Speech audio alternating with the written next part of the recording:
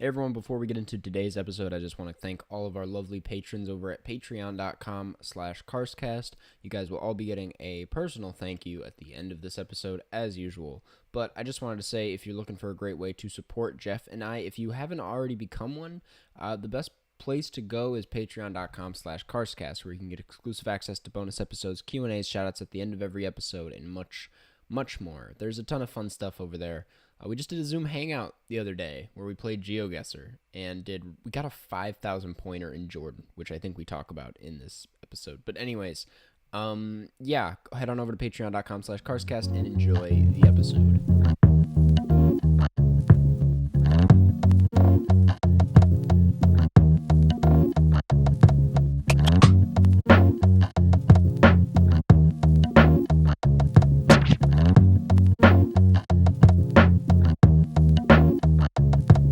Hello, welcome to the 101st episode of the Karstcast Moviecast. The Season first 2. episode of the second 100. Yep, the second 100. We renewed ourselves for a season 2 of the podcast, if you can call it that. Yep. Jeff, what year was Albert Einstein born in? Okay, this is gonna be rough because this is like very specific. 1883. Wow. You were pretty damn close. It was 1879. Oh, but I was 4 years. That was like the equivalent okay. of getting really close in GeoGuessr. Like, Yeah. that was That was like a 4,500 pointer. that was a 4,500 for sure. Yeah. I'll take you through my thought process there. Okay. Yep. So obviously Albert Einstein, everyone knows, big hair guy, very smart. Tongue pick. Like, yeah, well, the tongue pick, which was, I don't think even him. I think that was an impersonator. Was it actually? I think so. I No don't think that was way. really him. Wow. I think it was just a guy who looked like him. It's just like how Morgan Freeman has the know guy who that. looks like him who does all the scenes where he doesn't talk. Yep. I know about that. So that guy does all the scenes where Albert Einstein needs to stick his tongue out. Good for that guy. But yeah, so my thought process was, he worked on the Manhattan Project, and that was in like the 40s, and by then he was already quite old, so I figured he was probably about 60-ish at the time. So yeah, I just kind of shot from there. No, that's a lot of reasoning that went into it. I didn't expect you to pull out all that. But, Yeah, so I mean, I knew it was going to be sometime between 1870 and 1890, and I just picked a year. Well, you were pretty close. I did want to say, while we were on sort of a GeoGuessr topic right there, that we had our Zoom hangout with the patrons yesterday, and which we actually played really well as a group. Yeah, I mean, there was the one round where we got 5,000 in Jordan, and that blew my mind. And then I left, and you guys played one more round, and you got 21,000. We played two more rounds. All right, but the first round after you left was when we hit 21,000, which was like 200 something higher than we hit with you. Yeah. I'm not saying it's because you left. It's because Carson went. I'm gonna admit it was completely because we had one of the most favorable no move GeoGuessr rounds I've ever had in my life. Really? Yeah, we had three that you knew what country it was, and you knew vaguely. So yeah, we just had a very favorable round. We had one difficult round where I think where it was the border of Hungary, and we thought it was the Czech Republic or something, or Belgium. So that one was a one bad round. But other than that, every round was 4,500-ish. That's awesome, dude. That game is so good. It is good. I'm getting really. You're getting good. I'm getting pretty good at it. Yeah. I will say it's because I play, I think, a concerningly amount of it. Yeah. I play every day for at least a few hours. When we started playing GeoGuessr for this podcast, Patreon, did you think you were going to get this hooked? Nope. Because I was into it then. I was like, this is a very funny thing to do for the Patreon, is we randomly played GeoGuessr. But it took me a full, I want to say 6 months until I actually booted it up myself outside of the Patreon. And really? And it was okay then. But then when I played it on stream for some reason, I think I needed a little bit of an ego boost because I was doing pretty decent on my very first stream. And I was like, oh, I'm good at this. And then I started playing outside of it. And then I started playing Battle Royale. and that unleashed like a new competitive side to it. And I was like, Yeah. now I want to be like the best at the game. Like I'm And you're trying on your really way. hard at, yeah. I mean, I'm able to distinguish. I think my big one is like there's Tunisia, there's Jordan, and then there's the UAE. And they all look kind of similar. I'm able to distinguish from there, and now I'm able to separate them. Like I knew that was Jordan. You know? I think, Jordan, I'm getting pretty good at like seeing what's Jordan because Yeah. But I think that some of the African countries, like, because there's only like Africa's tough. 7 or so African countries that are really on GeoGuessr. Yeah. And Kenya, Uganda, and like Eswatini are all quite difficult. They're very difficult, yeah. Like Lesotho, I can usually tell, and obviously South Africa. It's distinguishing South Africa from Lesotho, and also trying to figure out whether it's Ghana or Nigeria. A lot of the time, those are pretty similar. But at least those are quite close. So even if you're wrong, it doesn't completely destroy your round if you're doing a move. Yeah, I mean, if anyone hasn't played the game, you guys got to check this thing out. You got to check it out. But the thing is that you have to do the like subscription version. Yep, because the to free get the version's fun. awful. Yeah, you got to pay to get the full experience. It is very cheap though. It's like $3 a month. Yeah, it's awesome. But yeah, in other news, the Golden Globes are tonight. They are? Yeah, nobody knew that. I just figured that out this morning. I think this is the first year in a long time where I don't think I'm going to watch them. I don't think I'm going to, even though it's like I've seen most of the nominations, I have no urge to watch these. And yeah. Oh, sorry. I was just going to say, do you think a Nomadland, like big night? I don't know. I really don't think so. I think Trial of the Chicago 7, which is Aaron Sorkin's film, is going to have a good night. Yeah, so Mike Brunleib from Pilots is in that movie. Yep, from your short film. So big night for us in a way, or for you, I guess. Yeah, big night. Yeah, really, that's what I'm rooting for. Yeah, you're rooting for the Trial of the Chicago 7. So Mike yeah, Brunleib, great guy. Love that guy. Did they shoot it in Chicago?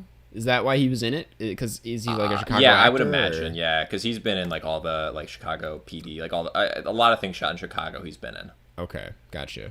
So I would imagine, because also, I have not seen that movie yet, but I would imagine they I think it's would have needed to do a lot of exteriors in Chicago because there's a lot of like stuff. Yeah. From that event happening in like the parks and stuff like that. Well, there's a lot of extras in the movie. Not only like, there's the court scenes, and then there's the protest scenes. I'm assuming he was one of the two in one of those. Well, no, he's like, I think he has a speaking role in the movie. Eddie. I don't know who Eddie is. Eddie Redmayne. He plays Eddie Redmayne in the movie. While Eddie plays someone else. That's really awesome. Yeah. Yeah, there you go. I mean, he's listed between Detective Sam McGivern and egg-throwing crowd member. That's something.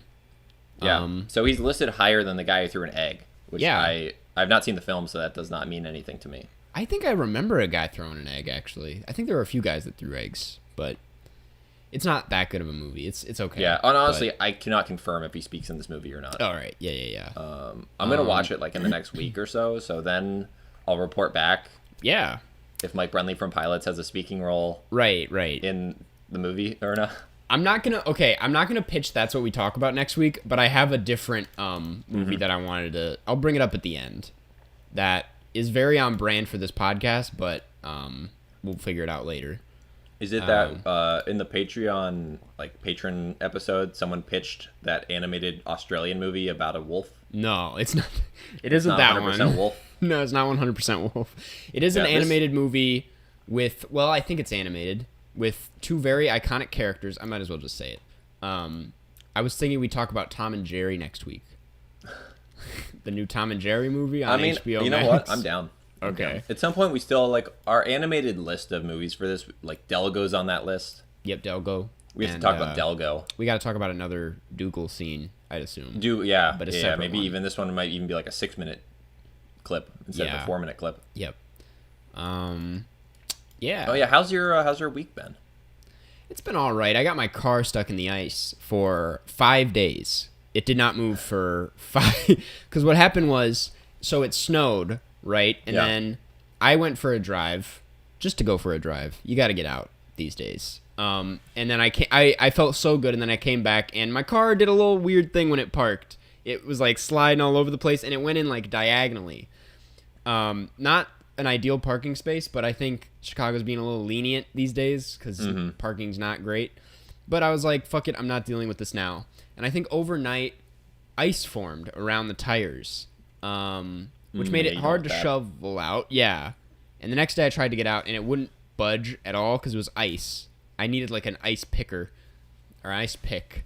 And then I just waited for it to like melt for 4 days. Thankfully, I didn't like have to go anywhere.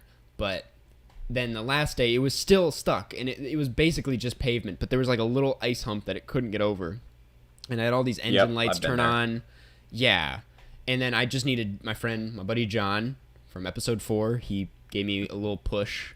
And he's a mod on your Twitch? He's a mod on the Twitch stream. I raided him last week or the week before that. Yeah. Good guy. And he pushed the car, and I was able to get out. So that was just a little stress part now, of my week. I will say that today here in Florida, it is 81 degrees. Jesus. Which is 20. It's actually too hot. It's 27 Celsius for those of you not in the United States.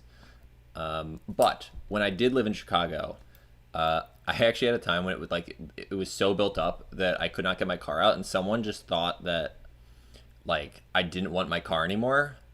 So I got back to my car after a few days, and someone's like, I noticed you have not moved your car in like a week. If you want to sell your car, here's my number. I'm like, I don't want to sell my car, like, just because I haven't moved it in a week. Just leave it there. Yeah, they drew it on a note card, and they taped it to my window. They just decided that was their car. Yeah, they're like, this is my car now. That's so bad. That's weird. That doesn't make any sense. I was like, you lived in Logan Square? This was when I lived in Roscoe Village. This was when we lived really close. Yeah. Wow. Yeah, it was on. Yeah, I mean, here's the thing though. You actually do have to worry about doxing yourself now because you hit a pretty big milestone in this last week. Oh, I did that. I forgot about that. That happened this week. Yeah, I hit 400,000, which is really cool. I mean, big time. I mean, it feels weird because I didn't hit 300,000 that long ago, and I actually hit 300,000 the same day I graduated college. Like the week leading up to it, I was like, "There's no way these two things collide," and they did, and that was just a very overwhelming day. But now in like 6 months, it went up another 100, and I'm just very grateful. I mean, I think you're gonna hit 500,000 by the end of the year pretty easily. I hope. And if you hit 500,000. I think 1 million's only a matter of time. Yeah, that's there. It seems to be like a snowball effect right now, which is what I've been telling myself. I think you are one viral video away from 1 million. That's 1 million subscribers. Yep, That is not true at all. That is not I think that you just gotta get one thing to start the snowball rolling. Yep. You just gotta think of one crazy idea that like everyone's like, damn, this guy, I gotta hit subscribe. Yep. And I gotta click the bell notification icon. Yeah, I'm getting there. There's something holding me back. I don't know what it is, but you gotta do the thing that all the people do now, where they're like, if you look at my statistics, only 62% of you are subscribed. Dude, every single YouTuber does that now, and I'm like, that's a weird trend to get in on. Yeah. Wait, what's your percentages? I don't know. I don't even check my analytics that often. That's the thing. I don't look at that part at least. Right. Yeah, like the percent. So for me, it's like absurdly high because I have like 950 subscribers and I get like that many views. So it's like it's like 95% of your subscribers watch your videos. I'm like, okay, that's pretty good. I guess can't really complain there. Mine, it's not subscribed 75%, subscribed 24%. Okay, so you have a lot of room for growth. Yeah, and I have my main years are 18 to 24, followed by 25 to 34. I thought 13 to 17 would be higher. I thought I had a pretty young fan base, but 18 to 24 seems to be the exact. I have I see that. Yeah. Yeah. I have. I think they might be lying. I think maybe some of the 16-year-olds are just saying they're 18. That's true. I have a 58% male fan base, 41% female. Pretty balanced. I mean, Yeah. it could be better, but I mean, it's better than like, because sometimes I watch like just when I'm eating, I'll watch Rocket League Yeah. videos because I play Rocket League. So it's like Yep. it's kind of fun to watch people who are just like insane at the game. And I like remember one of them talking about like their analytics. There was like 8% male. yeah. See, that's yeah.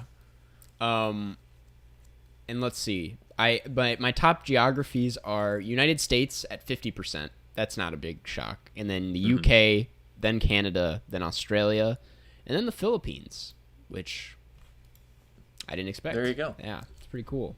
Well, you better really study up on them so you don't mess it up on GeoGuessr. I They're know. all gonna I leave. know. I'm pretty good at the Philippines in GeoGuessr. Canada's You're tough. like, I think this is Indonesia, and the person in the Philippines is like, that's my house. Yeah. You idiot. Unsubscribe. Yeah. All right. Well, I think that's enough analytics talk for today. I think we properly got into it. Well, do we want to talk about today's movie? I think there was a lot. I'm already envisioning the title for this podcast. Like it's the movie. It's like Karsten's YouTube analytics. Yep. Dude, I will say we hit it big in our 100th episode special. Did big numbers. I mean, for us, for the podcast, we it's at 3,000 views, which I think is a lot for a week usually. Now, I'm gonna say that I think I know why. Why? I think it's because in the middle of the episode we said a lot of people. You should probably watch this on YouTube, or it's gonna be way worse. Yep. I mean, yeah, because now I'm saying I still appreciate those numbers, but I'm saying I think that might have had something to do with it. Definitely had something to do with it because the audio episode is not doing any better than the other ones usually do. I mean, it's doing a little bit better, but okay. Today we're talking about Spirited Away, the classic animated film directed by Hayao Miyazaki. I think the biggest film of his, the biggest film to come out of Studio Ghibli. One of the only like non-Pixar winners for best animated feature in 2001. It beat out Shrek and I think something else. I think the Jimmy Neutron movie. Would you say that you agree this deserves to beat out Shrek? Oh yeah. I mean, no, I was joking. That's not a serious question. Like Shrek is good in a different way. Oh, totally. Because I actually just coincidentally watched Shrek this week as well and realized how funny it is. It's a very funny. Yeah. It's very well written. It's before honestly, like animated studios like realized that animation wasn't just for kids. Like this was pre that era, and Shrek is not a movie for kids, is what I realized. Like it's for like. Because this is back when like animation was kind of new and still exciting, so they knew like people would just want to see this regardless of their age, and that's what it is. It's just like this. It's a normal comedy but animated. Yeah. Also, it's funny how Mike Myers says "donkey." Yeah, donkey. Without me. All right. I'm not gonna. Go. Can you just do a little bit more of your Shrek impression? Out. He's that's get out to me. Okay. That's not no. When you said just the word "out," it was good, and then when you kept doing it, it was definitely became an accent for some language, some different. Yeah, that'll do, donkey. Donkey. Yeah, that's actually okay. It's getting better. I can only say donkey, not that'll do, donkey. That'll do. You know what? Not bad. Not bad. Never mind. Moving on. It's a great movie, but Spirited Away is directed by Hayao Miyazaki. I actually this week, Jeff, and I hate to put you on the spot. I wanted each of us to kind of do a synopsis challenge where we try to say what this movie is about. Oh no! Oh my god! I think this is one of the hardest movies we've had. Yeah. I wrote down mine in advance. I put myself a little bit ahead of you because I would say, yeah. I gave myself time to think about it. Yeah. Okay. I guess I'll go first because I mean yours is like all prepared, so I guess mine just has to be this. Yeah, you'll come up with it as you go. Mine's not that good, by the way. But yeah. So like. A child is moving and like her parents are, I don't know, they kind of just disregard everything she says and are like, yeah, you're just being annoying, stop. And I'm giving like more of a colloquial synopsis, I would say. This is not your traditional. It's more of a vibe, right? I'm not gonna go like too in depth, but I'm not. You're doing, recommending like, this movie to synopsis. someone at a party. Yeah, this is how I would describe it to my very close friends who are not, who don't know anything. Right. Yeah. Because I've never heard of Spirited Away. Yeah, exactly. Yeah. It's like kind of charades almost. At a film party where no one's seen Spirited Away. Right. You're describing it. Like I'm already drunk while I'm talking about it. Yeah. PBR and I'm like, yeah, this girl, like her parents were like so mean. There's this guy with a mask on. Yeah. Yeah, there's a guy with a mask. But like, yeah, no. But then they, for some reason, the dad misses the turn and decides, I'm going to drive through a forest instead of just going back on the highway. Yep. Which, that was a weird decision. Right. And then they somehow get to this abandoned theme park. Yep. And I guess in Japan that was a thing, that when the economy was booming in the early 90s, they just built tons of theme parks. Yeah. That was what the explanation given. Now, real quick, did you watch the English dubbed version of this? I did not. I watched the sub. I know it's like the quality of this, unlike a lot of anime films I hear about, that like it's not bad as the dub, but I just have a thing. I just do sub every time. I went on this just because I've heard the quality of the dub is very good, which it was. I watched the dub version just so I could like focus more on like the the art of it. That's a good choice, actually. Yeah, like, so I don't watch dubbed versions of live action films, but I think animation, you can get away with it. Yeah, I think you get away with it, and also I think that I kind of wonder how other countries view that sometimes, because like I don't know if people who like only speak Polish, if they're like, you know what, I'm gonna watch this like in English with it, like if it has a dubbed version. Yeah, I don't know if other countries feel the same way that some people here feel, where they're like, I have to watch the sub version. Yeah. But anyways, I watched the dubbed version. And, so get back to my synopsis. They get to an abandoned theme park. Yeah. And then the dad just gets obsessed with this smell. Yep. Which at an abandoned theme park, you're gonna get obsessed with the smell. Yeah. And then the parents just start eating tons of food. And then the girl wanders off, and then she goes to a bridge, and some kid yells at her. Yep. Now let me stop you right there. This is a plot summary. It is a plot summary. I realized that. No, that's. I'm gonna agree with you on that. I dug myself a hole, and I was trying to think of like how to like speed this up. So I was absolutely giving you a plot summary. All right. The synopsis is that. So like, what is a synopsis? More than a quick plot summary. Okay. Girl has to rescue her parents. Now we're on the right now track. We're talking. Girl has to rescue her parents who were turned into pigs. Yep. With the help of spirits. Away. Yeah. Yep. I guess something like that. Yeah. While working at a bathhouse. Cool. Yeah. Yep. Yeah. So a girl has to help turn her parents back into humans while working in a bathhouse with spirits. Perfect. That's the movie. There you go. That's more concise, because my synopsis was literally gonna take about 25 minutes at the rate I was going. When you mentioned the parents started eating the food, I was like, well, now we're getting too specific. Yeah, I was like, this isn't. The problem's on the spot. I was like trying to like wrap my head around it, and I just started talking. And then I realized that I was already like 3 minutes into this, and I only got to like the 10th minute of the film, and I'm like, this 3 to 1 amount, this is going to take about 40 minutes. It's going to take a while. At this rate. Yeah. Well, can I read mine? It's pretty similar. Yeah. I said, when a young girl goes missing from her parents in an abandoned theme park, she discovers a fantastical town where she attempts to bring them back. That's all I said. Fantastical was a weird word to use, but it also isn't really a town. It's not a town. It's an abandoned theme park, but like and like I would say that because it's the stuff across the bridge that's really where it takes place for the most part. Right. And that's really just like one bathhouse. It's one bathhouse, yeah. But I kind of read it as like it had layers. Well, I should just change it. I'm not saying you're wrong. I'm just saying you're slightly wrong. Change town to building. Sure. Yeah. Full of spirits. Or complex.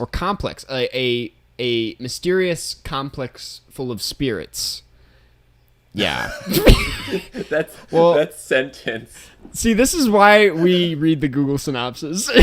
Because a mysterious complex full of spirits.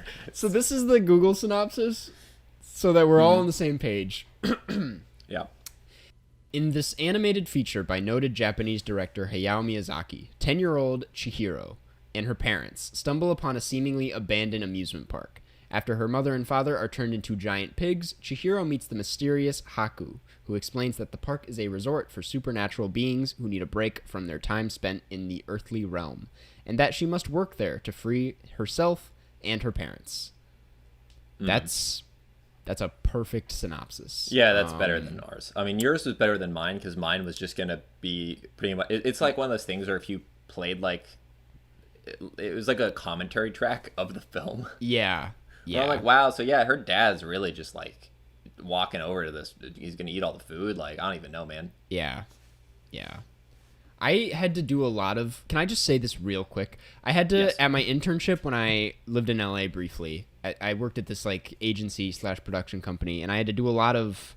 I forget what the term is called, but they're like their script reads, or I had to read the incoming scripts and then write the synopsis for them or plot summary and then recommend them or not for continued whatever. So I had to come up with a lot of synopses, and they were not easy to make. But yeah, and this was I think that the structure of yours was sound. I think it was just I had issue with like one of the words in the whole thing. Other than that, it was a good synopsis. Well, I mean, it did take me a while to figure that out. Not gonna lie. Yeah, and I watched the movie. Imagine if I was doing that and I gave them like a novel. I'm like, here's the synopsis. I might as well just read the book, idiot. They're like, okay, yeah. They're like, you're fired immediately. Leave. So Jeff, I do want to. This is the reason we picked this. I mean, it's a great movie. I would have loved to talk about it regardless. But this is your very first Studio Ghibli movie. And your second absolutely is anime film of all time. Yeah, like, if you don't count Pokemon. Yeah. But I mean, it's like an actual anime that's not intended like. Right. Yeah, it's like it's its own IP. It's yeah. Like, you know. So what did you think? Did you like it? So I think I really appreciate the specificness of everything. Like it's kind of like, you know, and this is to use like the absolute most film bro version of how I could describe this. Okay. But in terms of animation, it's like the Wes Anderson of animation in terms of how specific each frame is. Yeah. Because Disney movies, you see all these things about how they reuse different like animation sections for different films. Yeah. Because Disney movies, it's all about the story and not really about, you know, at least for like these earlier ones. It's not as much about the actual animation. It's like the animation needs to not be terrible. Mm-hmm. But like the backgrounds and stuff are all just kind of like tossed aside. Where the backgrounds like make the film. Yeah, they're like entire watercolored paintings. Like it's amazing. Full of detail. Yeah. I mean, that's the thing. It's like we can talk about the film itself, but this is just a work of art as a whole. Like all of the different like character designs, like the big frogs and that scene with the sludge monster in the water. I'm just like, everything is so vivid and nice to look at. It's so cool. And also it's like, this is what I just talked about this in my Ghibli video this week on their new film, which is bad. It's a bad movie. But like rewatching this, like the food looks, I always forget how nice it looks. It's so delicious. I mean, I can't actually taste it, but just that scene of the parents eating the food in the beginning, I'm like, it looks so good. And yeah, I don't know how they do it, because it's like it it's anime and like there's a lot of other anime out there that has great food, but I don't know what it is about like Hayao Miyazaki's style that's just so specific, like you said, and feels very like he just gets the most specific parts of like real life down in his animation. There's the scene where she's in the furnace below, and the first time it happens, it's at night, and it's like and it feels like it's nighttime. But then later in the movie, she goes down there in the morning, and I don't know how he got like the morning light coming through the windows down there like so perfectly, but I was just like, because I was just looking at like the light reflected on the guy's face, and I'm like, that is the exact shade. I don't know how much research he put into that, but it looks so real. And I just think the that's way so that cool. light is used in this is like, just for a 2D animation, is like, It's mind blowing. I don't know. Yeah. I honestly, this being the first time I've seen, this film, I have not seen animation that is like this. Yeah. Yeah. It's interesting. Like, this wasn't my first Ghibli movie, but this was like my first introduction. My very first Ghibli movie was Ponyo, and I saw that in theaters. But I was like really young. I honestly don't remember a ton about the movie besides like the theme song. And I had never seen like another Ghibli movie. I never saw this until my sophomore year of college, where I watched this for the first time. So I really count this as my first one because it's the first one I was like paying attention. And I'm definitely like curious to see how similar our reactions were, because I was mostly just like overwhelmed the first time I was looking at it, because not only are there just weird like different themes being thrown at you like left and right, like I'm sure I still don't pick up on everything I think these characters mean, but it's just so visually overwhelming. It is overwhelming. I mean, overwhelming in that a lot of the characters even are so like bizarre that it's hard to take them all in.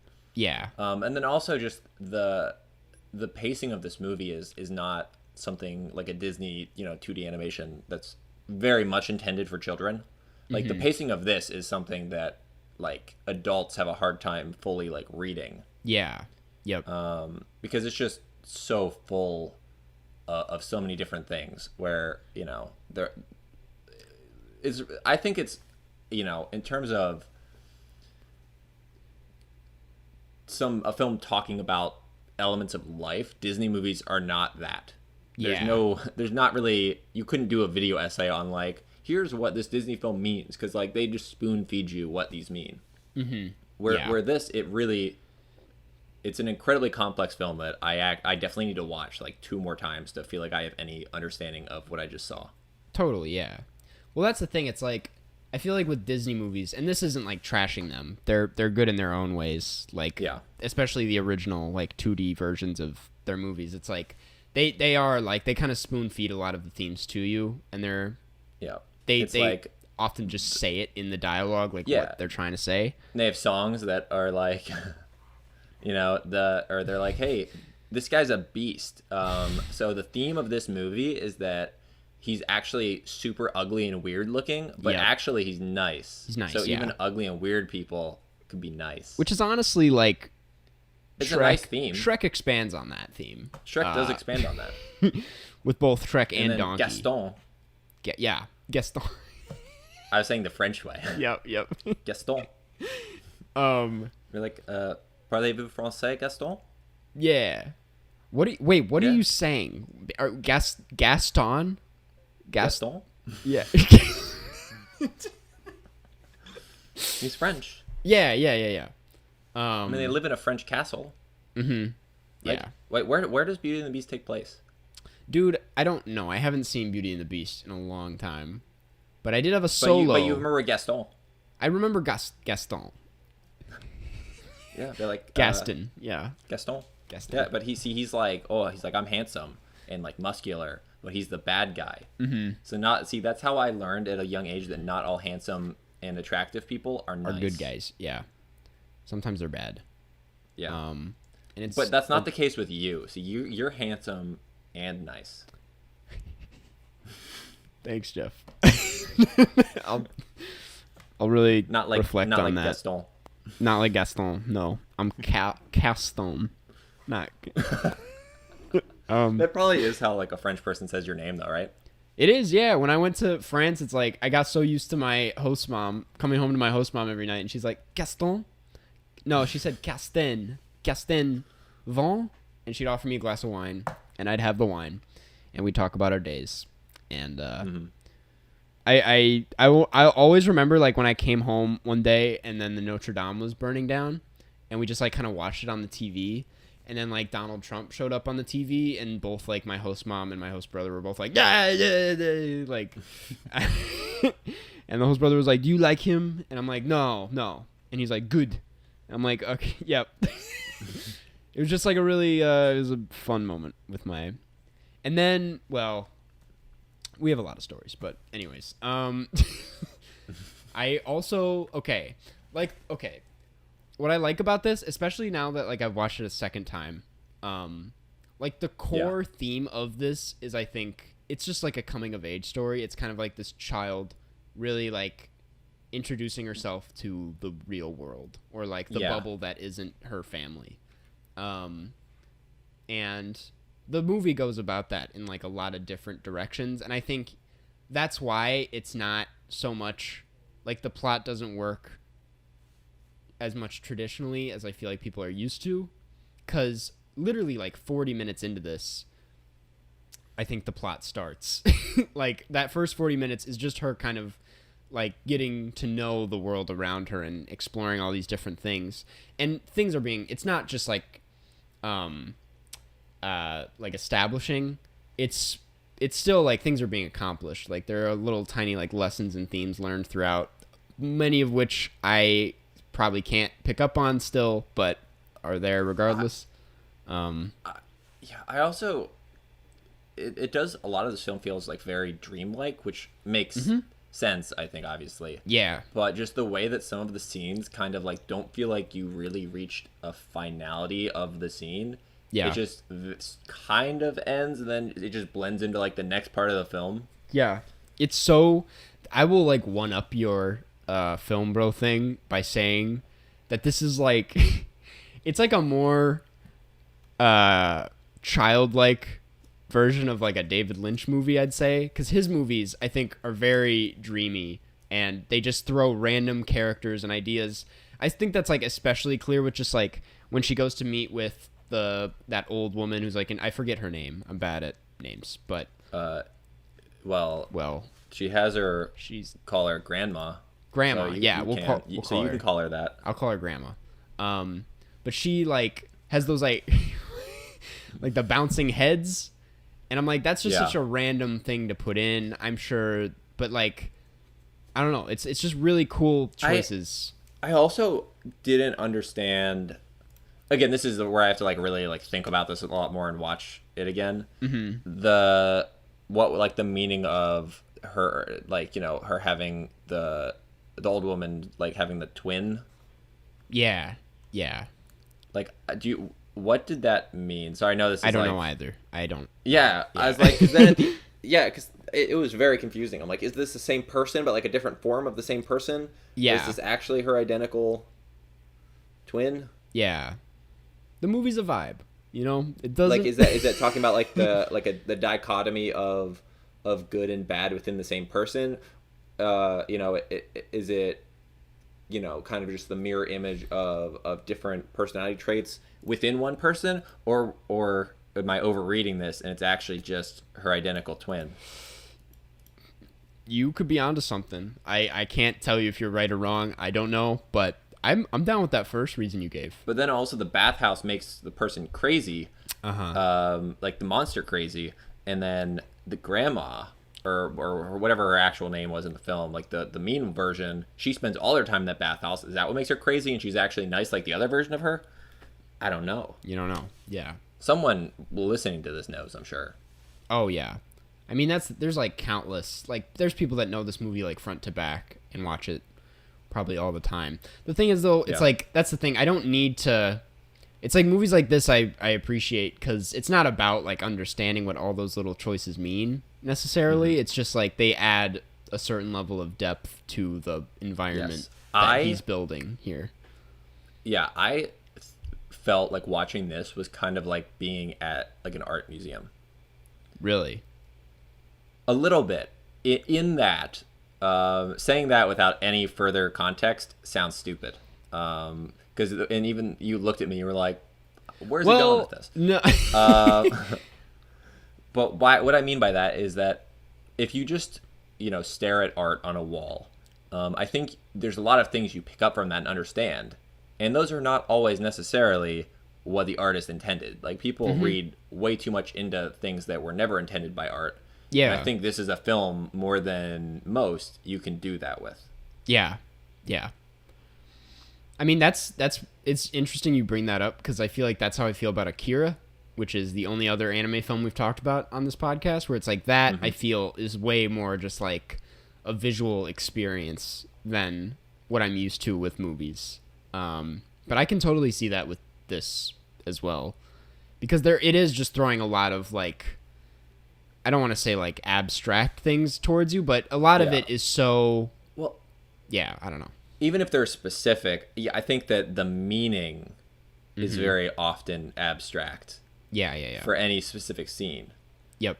So I think that's, I guess, more of what I'm trying to say. Yeah. I hear you out. I think this movie tapped, especially the second time around, now that I'm able to like kind of pay a little bit more attention and I know what I'm watching a bit more. Like it definitely gets to like some emotional side just because of I think how it deals with conflict. Like there's nothing, I don't think there's any like wrong decision in the movie. I think a lot of it just like it's new things being thrown at the character. And it's just like and how they go about that is I think super important to like the core theme of growing up and stuff. Cuz like okay, I like to touch on the music. Like it's so adventurous and hopeful instead of like even like the bad moments, especially like when she just gets there. It's like she's clearly like scared and overwhelmed, and it's concerning. Like her parents are like pigs, but her parents are pigs, which is very concerning. Yeah, you wouldn't want that happening. I wouldn't at all. No, but unless you're a pig, then you're like, this is normal. Yeah, unless you're a pig, and then you're like, you know what? I don't know why my parents weren't pigs before. Yeah. Then that's concerning. Honestly, that was way weirder than this. This is perfect. What it's supposed to be. Like, this is great. I don't know what happened. Yeah. But I finally feel whole. This feels right. But, yeah. It's like being a pig on a farm, and then the farmer turns into a pig, and you're like, now we're on the same playing field. Yeah. Which, I mean, I heard that happened at your farm once. That's not true. What are you saying? We have never even owned pigs at the farm. Yeah. But what was I saying? Oh, the music. It's like, it makes it feel, and this is like one the more like pretentious thing I'll say about this movie, is that it makes it feel less like there's conflict happening and more like there are opportunities for discovery. And yes, it's like these things that happen to this girl, similar to us in our own lives, aren't like bad things. It's just like new things that she quickly adapts to and finds her own way to fit in with them. Yeah. I don't know. Extending on the music. When the music was playing in my brain, I'm like, I've heard something like this before, and I realized that the score of this film reminded me a lot of the score of the video game Kingdom Hearts. I've never played it, but I believe you. But it came out, I think, at like the exact same time as this movie. I think they both came out in 2001. Yeah. I will, like, the theme for this movie, which I think plays within, like, the first 2 minutes, is, like, super iconic, and it's been in countless lo-fi hip-hop playlists, but it's just been remixed to death. It's so good, though. I mean, it's that one piano melody at the very beginning is so beautiful, and I think that's, like, every Miyazaki movie. The guy just nails the piano, but... You know what? You ever think about how, like, sometimes how funny it would be to replace, like, the score, like, an iconic score with, like, something else? Like imagine if you replaced the theme of this movie with that song by Jay-Z and Linkin Park.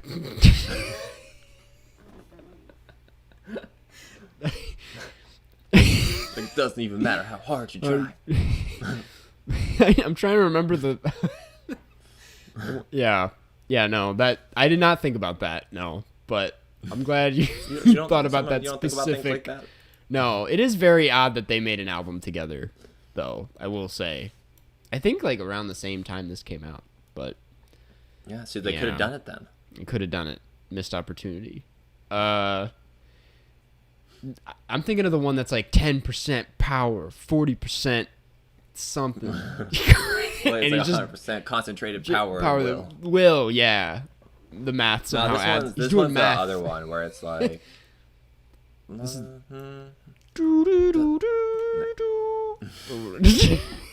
We get copyright claimed. Yeah. Yeah, well, we can wrap this one up so we can get on to questions, but... Okay, here's a question for you. All right.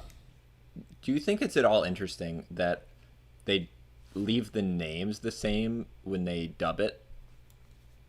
I actually did think about that, but I think about that with a lot of, like, sub or dub. I mean, obviously, like, they keep the names and stuff. It'd be weird if they changed it. It would be like, but if it's all in English, then there's like a Japanese name, and then also it's like, but imagine if they made an English name and it's like, hey Shelly, come here. You're like, what? Yeah, that's why I want to like watch something dubbed at some point, because I imagine it'd be weird if they were like, you have to go visit Kojima, but just in like an American, like just I mean that is like what that's what it was. Yeah, that's they literally. But it worked. I don't know why they would change it though. That'd be weird if they if they did change it. You know. Yeah. Well, yeah. Anyways, this is a great. You know what? I want to do a poll with like to see how many people who listened to that for this episode, how many people watched it subbed versus dubbed. That's not a bad poll. I don't know if we will do that poll, but I would like to see the results. Yeah. I imagine, like, I know, like, it's, like, film snobby for people to be, like, sub over dub, but I feel like a lot of people do dub instead. 'Cause, especially for, like, movies like this, where it's, like, you want to be concentrating on the visuals. Because, like, that is, like, when I went to see Cold War by, I forget the name, but it was, like, this Polish film, and it was playing at the Music Box a few years ago, and it had some of the most, like, beautiful cinematography ever. It was so good. And it's like, one, I had some guy's head in front of me. Music Box, it's not slanted. It's like one flat ground. So I couldn't even read the subtitles. But then I had to concentrate on the subtitles, but I wanted to look at the frame. And I'm like, yeah, that's what, but you that moment. Subtitles. I couldn't read the subtitles. I was like, I'm barely brought a booster seat.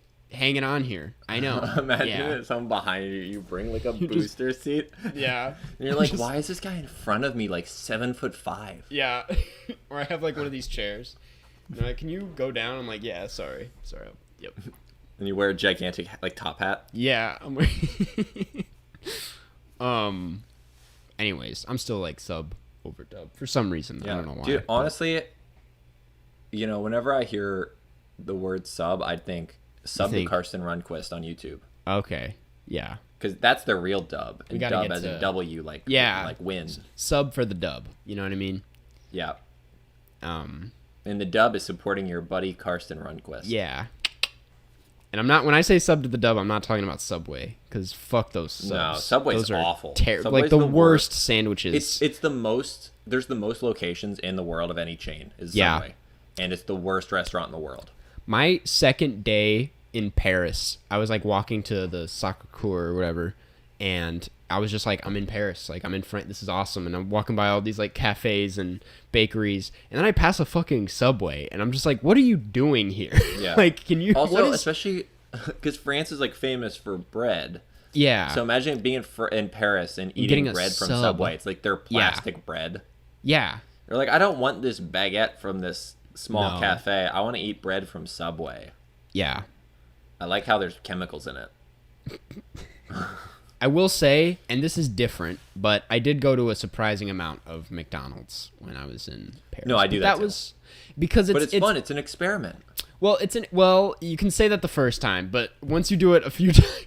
But in my defense, Parisian cuisine is expensive, especially at the restaurants. It's like it adds up. And sometimes it's like late at night. I'm like, I don't have the money or the time to get. I need fast food, which is what McDonald's was. There's a McDonald's a block away from my apartment. You don't have the money, you don't have the time, you don't have the dollars, you don't have the dimes. That could have been on that Jay-Z Linkin Park album. Don't have the dollars. Yeah. Anyways. 110% concentrated. Beef. Euros. Yeah. 110 euros. Power of will. Power of McDonald's. What are you thinking for a score? Yeah, you're going to cut that bit, right? No, I'm not going to. I don't edit these. What are you thinking for the score? So Subway gets a 0 out of 5. Yeah, for sure. But this film gets... I need to watch it again. Yeah, that's I mean, fair. it's very least, it's 4.5. I feel like I'm going to right now say 4.5. All right. That's fair. That's cool. I'm not mad at that. I personally, the second time around, something clicked very hard for me, and I'm going full 5. I used to say My Neighbor Totoro was my favorite Ghibli movie, and I said this in my Letterboxd review, but this is like, I still think My Neighbor Totoro achieves a lot of what this does, just at a much, much smaller scale. But this is like a very, like, special movie, I think. This is, I mean, yeah. It's also like, it is interesting that this is the quintessential like first Ghibli movie that everyone watches. Like, this is always the introduction, but it's also like, now having seen more myself, it's like so different compared to what else he does. Like, this one's very, it's definitely the starter, and then you move on. I don't know how else to describe that, but I want to hear your thoughts on like other Ghibli movies now. Yeah, I think the next one I'll watch is it's like Kiki's Delivery. Kiki's Delivery Service is a really good. It's such an underrated gem. I know it has like its dedicated fan base, but I fucking love Kiki's Delivery Service. Yeah, so because someone emailed me like last week, it's like, hey, like, love the podcast, and then they're like, you should watch that, and I'm like, oh, we're talking about like Spirited Away this week. I'm like, maybe I'll watch that and we'll talk about it too, and I just didn't get around to it. So Luke, thanks for the email. Sorry, I did not watch it, so I could not compare it during this episode. Yeah. Also, I can't believe I didn't bring this out. There's no reason to, but I have my DVD copy of Spirited Away right here for anyone. Look at that.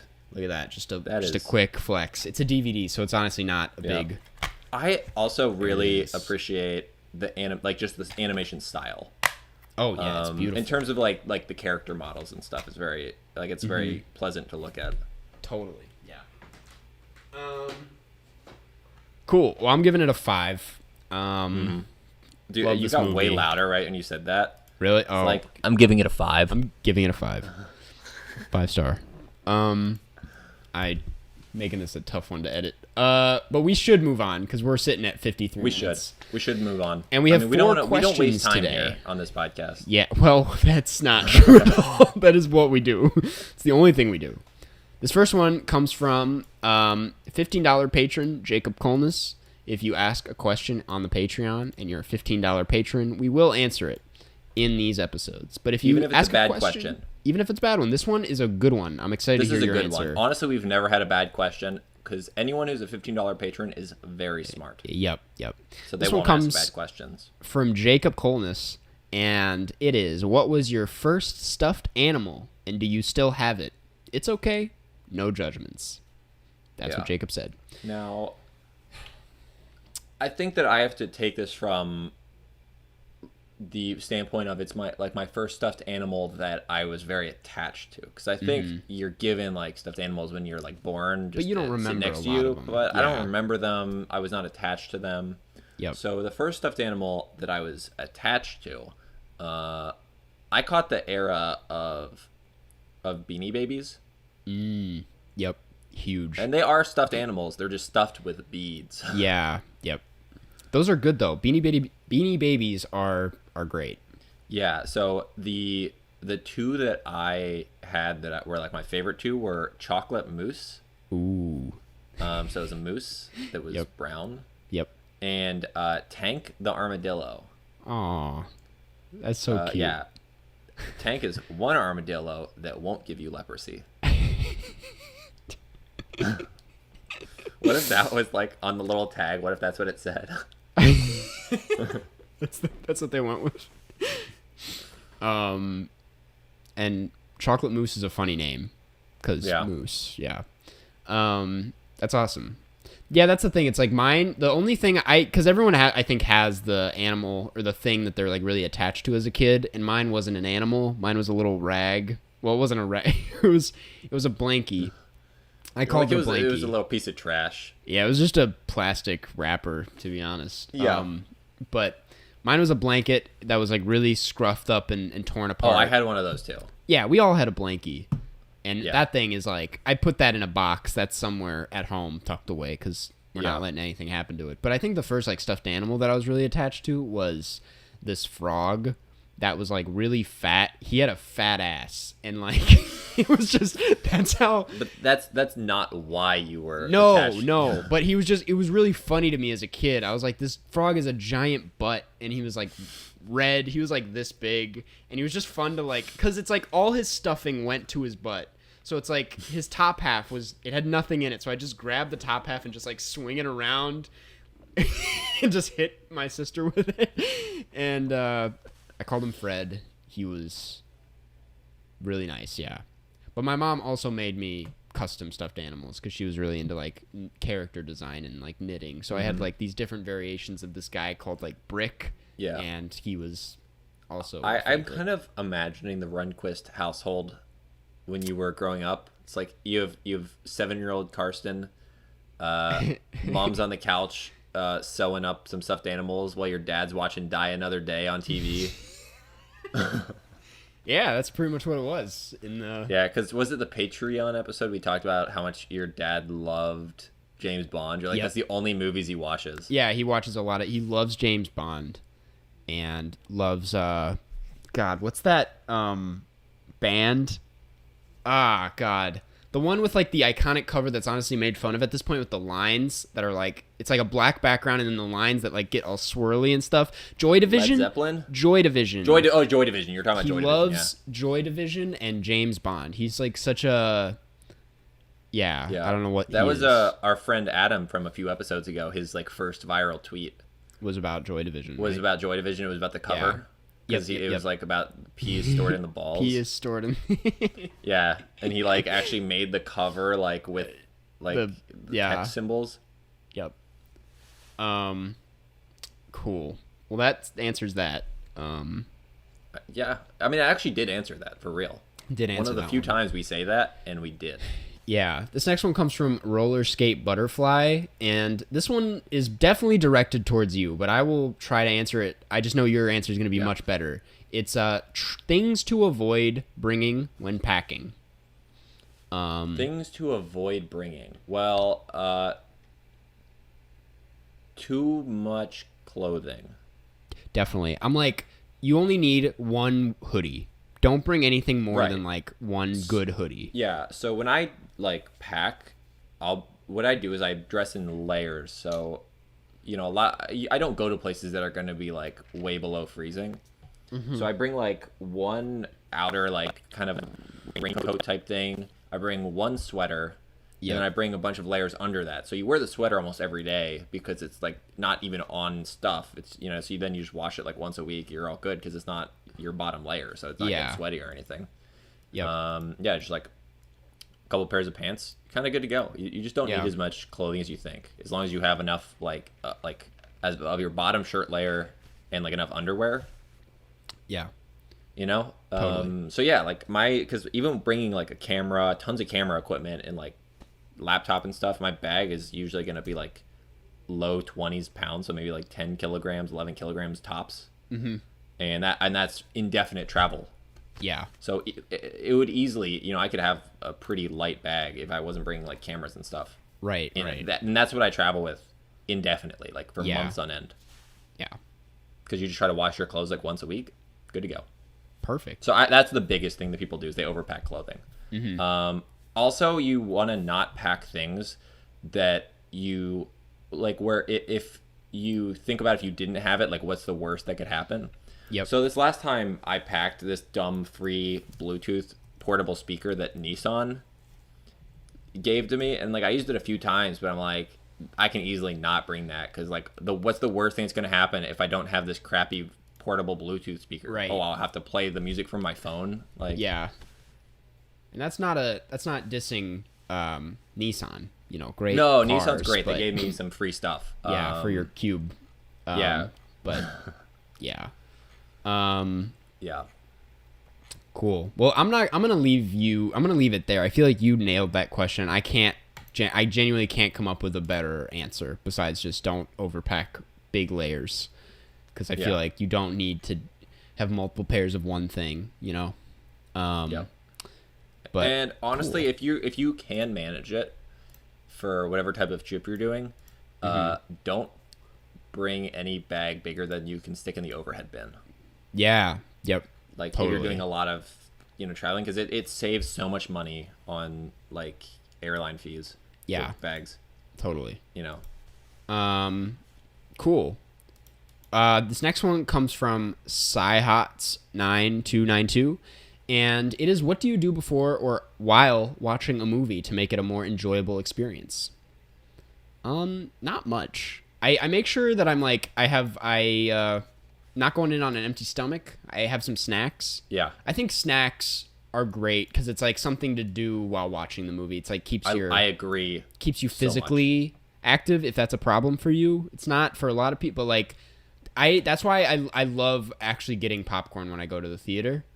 Is like, it's just it gives my hands something to do, you know? No, I agree. That's like the best part of because the one thing theaters have is that their popcorn is better than kind you make in your microwave. Yeah. Dude, this is kind of topical because my video after the next video is going to be a movie snacks tier list or rank. I'm going to go through all the movie snacks and decide which one's the best. That's the kind of viral content I was That's talking what I'm about, saying, like, dude. in the beginning of the episode. When I came up with the idea, I'm like, I might make like a whole deal out of this video. I might vlog myself going to buy all the movie snacks because that in itself will be a fun thing to capture. Me going, I might just like walk into like a Regal and be like, can I have one of every snack? And I'm like, I know Music Box was doing the takeout snack. They are things. And I did it once and it was pretty cool. I love their popcorn a lot. If anyone's looking for good movie popcorn in Chicago, it's from the Music Box. I'm not going to spoil your video, but popcorn has to be one of the top 2 tiers. I mean, for me, it's clear S tier, but yep. I would like to see arguments if it's not. No, popcorn's up there. There's one choice that I know is going to be controversial. It divides the room every time I bring it up, and I'm going to save it for the video, but it's it'll divide some people for sure. But I'm ready. I'm going to watch this video. I'm going to comment on it on YouTube. I'm going to say, Carson, you're a genius. I agree with you. Anyone who has any problem with your tier list has to talk to me. Yeah. They have to go through Jeff first. This last one comes from Lukewarm. It's one we've done many times, but it's due for Lukewarm was the person who emailed me that I was talking about earlier. Hell yeah. Shout out to Lukewarm.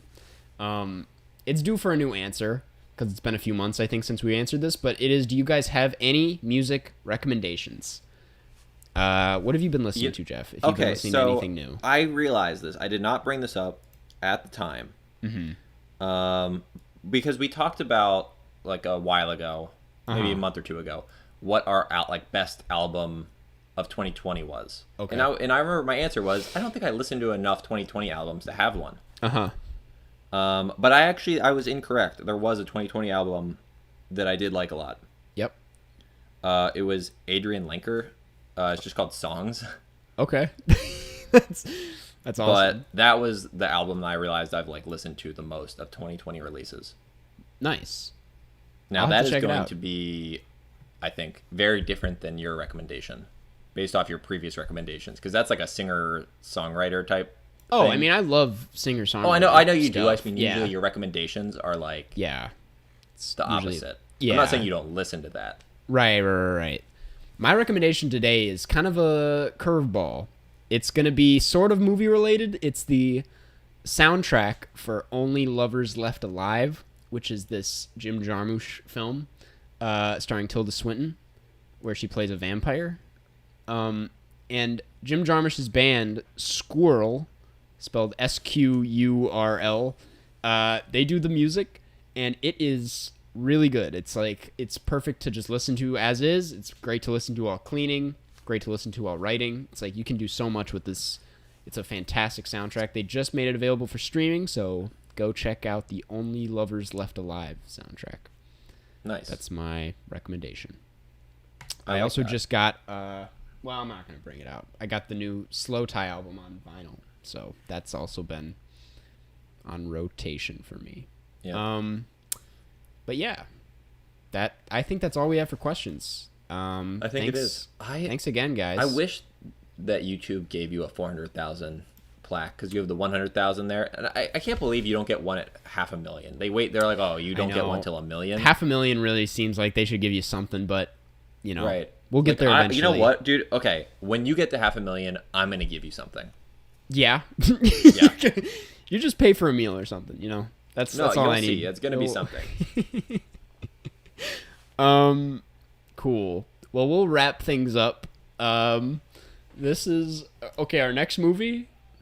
Should we do Tom and Jerry? Yeah. Let's all right. do it. Tom We're and talking Jerry. the new Tom and Jerry movie on HBO Max. We'll see how it is. The animation doesn't look awful. It actually looks kind of fun. So we'll figure it out. Mm-hmm. And then we like to read a review. We're running low on reviews. I will be blunt. So yeah, if you're listening to this and you have not reviewed us on Apple Podcasts, yeah, let us know what you please think do. about the podcast. We'd love to hear it. Unless you don't like it, then please do not let us know. Yeah, because there We is don't a need that very negativity in our lives. there's one, and these don't happen that often. We have one very mean review that I have been glossing past. I'm like, we're not reading this one because nothing but positivity here. We'd love to hear what you think, but only if it's good. Yeah. I mean, when you say it like that, it sounds kind of Seems like bad. self-indulgent or Definitely something. not helpful at But all. Yeah. I mean, you guys think about it from our perspective. Yeah, be nice about it, You know, like we enjoy hearing people who like the podcast, and We love it, yeah. Yeah. This one comes from Bredethan from the USA. The subject line is my favorite film podcast, 5 stars, and it reads, you guys should watch Napoleon Dynamite for the pod. Well, first of all, thank you. And second of all, we should sometime. That's a good podcast movie. Yeah, I think that would be a fun one. I think that one might be fun to watch with like a guest or like some of our friends or something. Yeah, totally. We'll get another guest on for that one. Cool. And lastly, we'd like to thank the patrons. Big fat thank you to the patrons as always. If you'd like to become a patron yourself, if you're looking for a great way to support Jeff and I, head on over to patreon.com/Karstcast, where you can get exclusive access to the bonus episodes. We have a new one coming out. Well, we actually have to record the next one pretty soon. Yeah. As in today. Yeah. That I realized. You know what? I'm fine with that. You know what? Yeah, we can just bust that out. Anytime I get to talk to Karsten, yeah, I take that opportunity. Totally. In between recording sessions, he actually blocks me. Yep. He basically, I can't get into contact with him. He mails me snail mail, like through the postal service, a date and a time. For Zoom. And if I am not there online at that exact time, hitting it right when he sends it, yep, he just doesn't record. I don't record, and I don't send him the Patreon money that month. Pretty big. Jeff's Karsten, one of the biggest YouTube divas around. This is a joke, by the way. Cool. Well, all that. Yeah, you get exclusive access to bonus episodes, Q&As, shoutouts at the end of every episode, and exclusive. Well, just monthly Zoom hangouts, which we just did yesterday. It was fun. A ton of fun. Great episode. Great time. Yeah. Well, thank you. Let me expand this. All that talking and I didn't have it. Just getting used to this new mic or mouse that I'm using. Yeah. Okay, your new mouse is really cool looking. Look at that. Now, that ball, people might think that ball is just for style. No, that ball... That's what controls the cursor. I don't have to move it around. I just do that. This is not sponsored, by the way. I wish it was. Thank you. Addison Ware, AJ Ford, Allison Grace, Annabelle Falk, Ben Chow, Blake Root, Boat, Boyoyoyoy, Brandon Yu, Brock Schultz, Camilla, David Sir, Eden, Fozzie Bear, Grant Gow, Harry Remedianakis. Hey, buddy, thanks for calling. Ed can't come to the phone right now. Please leave a message after the tone. Thanks. I don't live in Ohio. Iva, Jaden Easton, Jacob Colness, Jane V, John Van Hout, Joshua Krizwicki, Katie T, Kaylee Patney, Liv Rob, Molly Overbow, Manu Ausen, Martin Deff, Martina, Mary Lee Borslow, Micah Simmons, Monroe Page, Nora Barathova, Parks, Riley Ost, Robert Burke, Saba, Sam Farr, Sophia Arieta, Supercalifragilisticexpialidocious, Smitty Werbin, Jagerman Jensen, Taylor Hardy, 10 billion. The phone rings in the middle of the night. Tom Likes Beans, Vegard Strom, Vera S, Xavier Fossier, and Youssef A. Thank you, patrons, as always, patrons, for the continued support.